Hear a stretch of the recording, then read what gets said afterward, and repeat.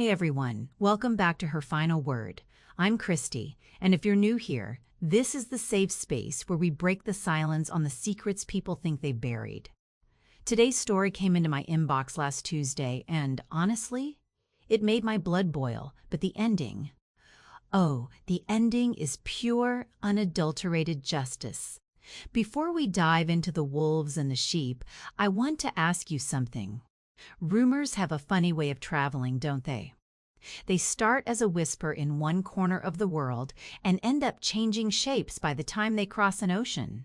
Drop a comment below and tell me, what city or town are you watching this from? Let's see exactly how far across the globe our little community of truth-tellers reaches today, and stick around until the very end. Once we finish Fiona's story, I'm going to share 3 brutal but incredibly effective psychological strategies on how to handle people spreading lies behind your back, and exactly how to turn their own weapons against them. You won't want to miss it. Now, grab your tea, sit back, and let's get into it. Eleanor, your whispers among your high society friends have been incredibly expensive, but buying out your family's pride turned out to be the cheapest transaction of my life. The merger is dead, your corporate offices are closed, and tomorrow morning, your beloved family estate goes to auction. Enjoy your champagne, everyone. It's the last glass my money is paying for.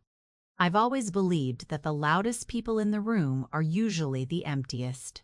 My father taught me that. He built a logistics empire from scratch, but he still wore the same beat-up leather jacket until the day he died. He taught me that true power doesn't need to scream, and real wealth doesn't need a billboard. When I met Julian 5 years ago, I didn't see a bank account or a social status. I saw a man who looked tired of trying to live up to his family's ridiculous expectations. He was gentle, a bit soft-spoken, and completely under his mother's thumb. I thought I could be his sanctuary. I was 53 when we married, a widow with nothing left to prove to the world. I didn't want a massive corporate wedding. I wanted a small, quiet ceremony with just the people who actually cared about us.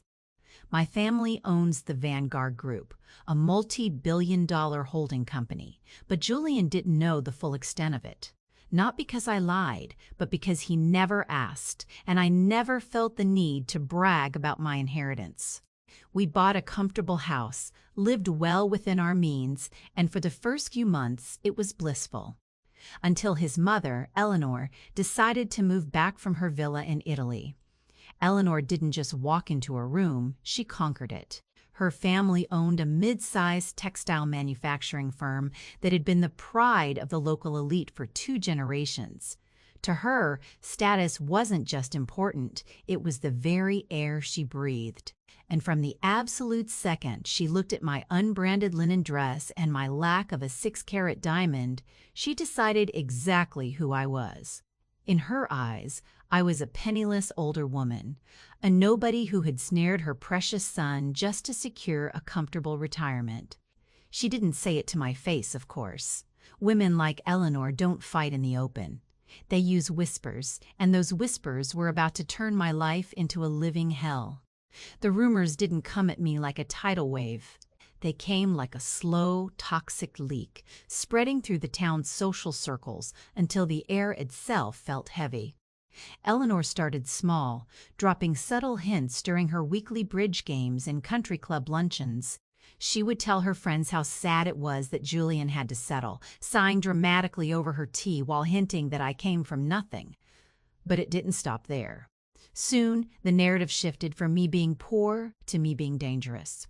She began telling people that pieces of her vintage silver tea set started missing from the corporate estate's sideboard right after I visited.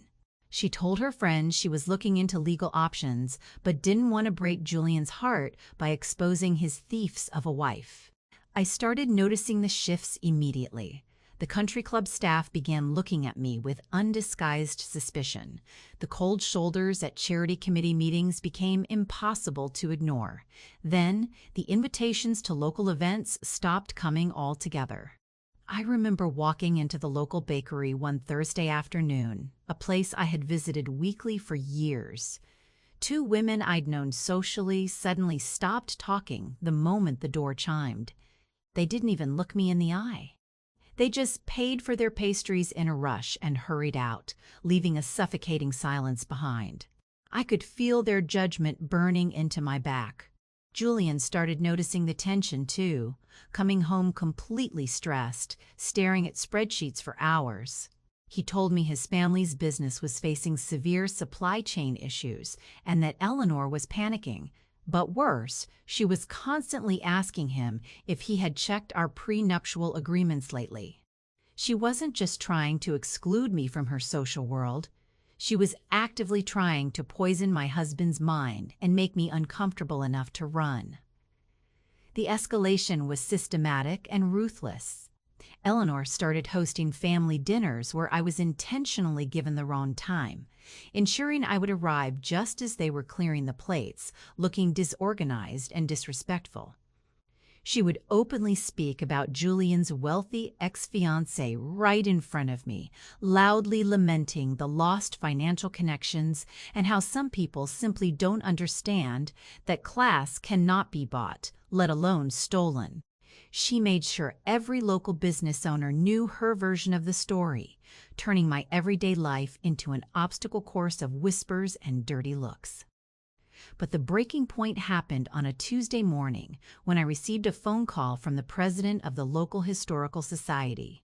I had donated hundreds of hours and thousands of dollars to that board, but her voice was shaking as she told me it was best if I stepped down from the upcoming gala committee.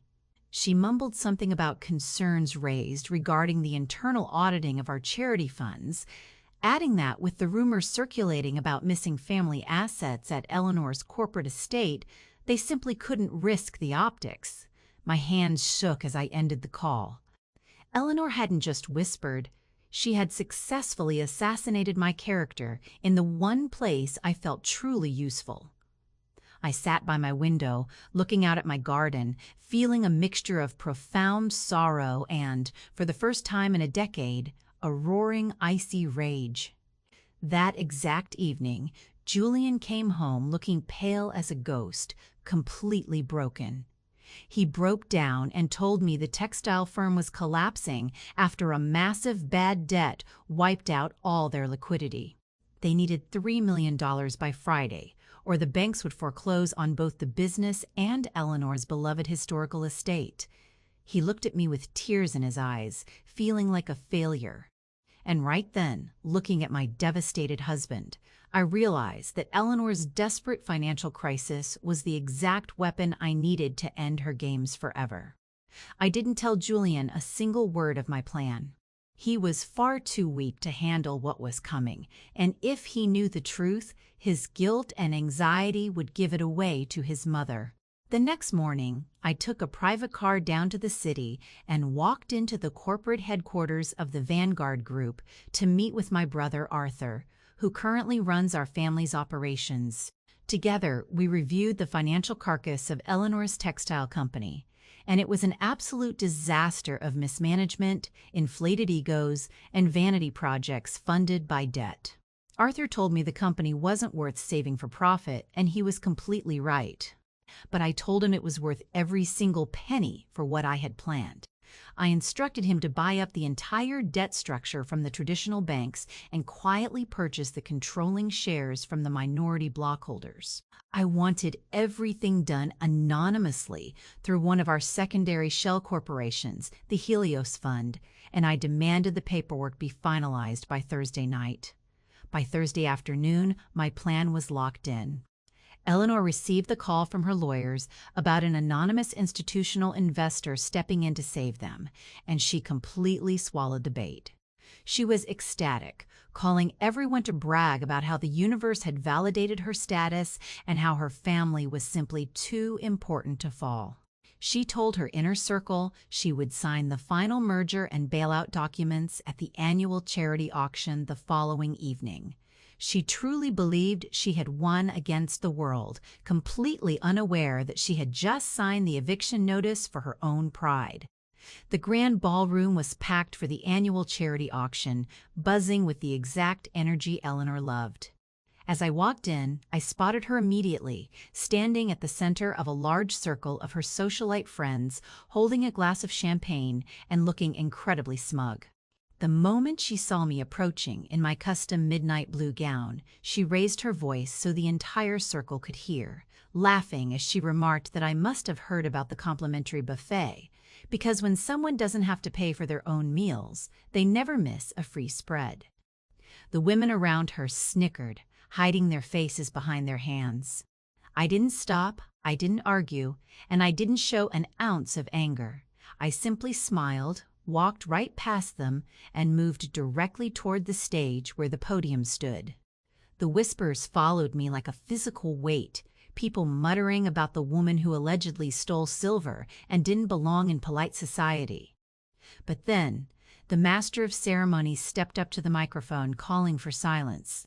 He announced that before the bidding began, they had a monumental update regarding the historic pillar of their community, explaining that the grand estate and manufacturing firm facing crisis had been completely saved by a principal sponsor, the head of the Vanguard Group's private acquisition division. Scion. The spotlight shifted away from the corporate tables, but it didn't land on a man in a business suit. It landed directly on me. The entire room went dead silent, the shock so absolute you could hear a pin drop. I watched Eleanor's face drain of all color as her champagne glass slipped from her hand, shattering loudly on the marble floor. I walked up the stairs, took the microphone, and looked directly at her. I told the room that for the past year, I had listened to a lot of fiction in this town about missing silver and desperate social climbing, and about how class was supposedly in the blood. I looked straight into Eleanor's terrified eyes and said into the microphone that her whispers had been incredibly expensive, but buying out her family's entire debt and the title to her home turned out to be the cheapest transaction of my life. I announced to the entire crowd that as the sole board director of the new holding entity, the merger was officially canceled, the corporate offices would close at midnight, and the foreclosure on her historic estate would proceed first thing in the morning. I told her to start packing her bags, wished everyone a wonderful evening, and walked off the stage. The chaos that erupted in that ballroom was magnificent, but the silence from Eleanor's circle was even better. The very women who had been snickering at her cruel jokes 20 minutes prior immediately stepped away from her, leaving her standing entirely alone in the middle of the floor like a social pariah. Her social death was instantaneous, stripped of the only thing that gave her life meaning, her manufactured status. Julian met me at the exit of the ballroom. He was completely stunned, but as he looked at me, I saw a glimmer of profound respect in his eyes that had never been there before. He finally realized that I wasn't someone who needed his protection from his mother's cruelty. I was the shield that could protect our entire future. We left the elite to scramble among themselves and drove back to our quiet cottage. Eleanor was forced to move into a tiny, two-room rental outside the city limits within the month. None of her country club friends answer her phone calls anymore, and her name has become a cautionary tale in the elite circles she used to rule. Now those same socialites spend their days trying to send me invitations to their private galas and charity boards, desperately trying to get into my good graces. I don't answer them. Every single invitation goes straight into the trash. I didn't have to destroy Eleanor. Her own arrogance and reliance on lies built the trap, and her own greed made her jump right into it. I just handed her the pen to sign the paperwork. I learned to speak softly and live truthfully, but I made sure she learned that when you try to bury someone, you better make sure you don't do it on the ground they already own. Wow. Just wow. Fiona, if you're watching this, I am bowing down to you right now. Talk about a masterclass in letting someone dig their own grave. Eleanor spent all that time trying to make Fiona look small just to feed her own massive ego, and in the end, her entire life collapsed like a house of cards because she couldn't keep her mouth shut. When people gossip about you, it is never actually about you. It is entirely about their own deep-seated insecurity and their need to drag you down to a level where they feel safe. So, as promised, here are 3 psychological rules you need to memorize if you ever find yourself facing a smear campaign like Fiona did. Rule 1. Collect evidence in complete silence. The biggest mistake people make when someone spreads rumors is reacting immediately with anger or defense. That just gives the liar ammunition and makes you look guilty. Do exactly what Fiona did. Stay quiet, let them get comfortable, let them overextend their lies, and document everything. Silence isn't weakness, it's operational security. Rule 2. Starve the narcissist of reactivity. Gossip thrives on drama. If a liar sees that their whispers are making you cry or making you hide, they win. When you look them dead in the eye with absolute indifference, you drive them insane. They will naturally escalate their behavior to get a reaction out of you, and that is exactly when they will make a massive, public mistake that exposes their true colors. Rule 3. Destroy the reputation, not the person. If you need to clear your name, don't trade insults. Strike at the core of what gives them power. For Eleanor, it was her financial status and social standing. Find the source of their leverage and systematically cut it off using facts, legal channels, or undeniable truth. Let the reality of who they are do the dirty work for you. Now, I want to turn this over to all of you. Fiona kept her incredible wealth and background a complete secret from her husband's family until the absolute last moment. Do you think she was right to keep that hidden from Julian, or should she have been completely transparent from day one? And honestly, did Eleanor get what she deserved, or did Fiona go a step too far? Let me know your thoughts in the comments below. I'll be down there replying to the best ones. Don't forget to like this video, subscribe to Her Final Word, and hit that notification bell so you never miss a story. Until next time, keep your head high and your words final. Bye.